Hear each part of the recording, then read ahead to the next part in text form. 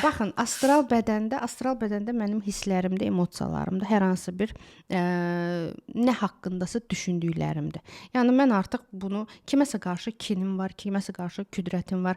Mən sizə deyim ki, varlıqlar belə bizə astral bədəndən daxil ola bilirlər. Mən hal-hazırda mənim qarşımda kimsə otursun, onun aurasında həmin o varlığın olub-olmadığını artıq hiss eləmək olur. Biz onu gözlə görə bilirikmi? Görə bilmirik. Mümkün olan bir şey deyil.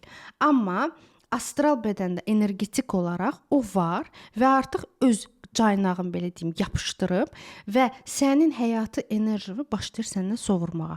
Bax insanların niyə halı yoxdur, enerjisi yoxdur, düzdürmü?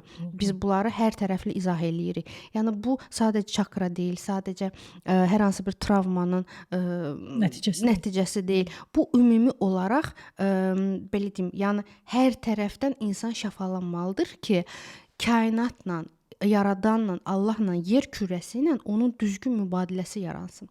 Daha sonra gəlir bizim mental bədənimiz. Mental bədənimiz bizim düşüncələrimizə cavabdehdir.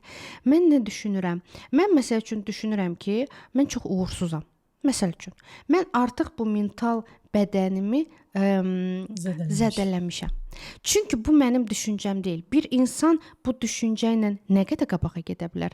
Mənim mental bədənimdə ətrafdan gələn düşüncələr də var. Qonşu nə dedi? İş yoldaşım nə dedi? Qıraqdan baxan görəsən mənə nə deyər? Və yaxud da mən kiməsə öz sözümü desəm görəsən mənə o nə deyər? Görün bir bədən, energetik bədən, mental bədən nə qədər darmadağın olur. Bu təsəvvürdə buradan da belə göstərə bilərik ki, yəni buradan ətrafdan gələn hər hansı bir negativ düşüncələr bu sənin ruhunun düşüncələri deyil.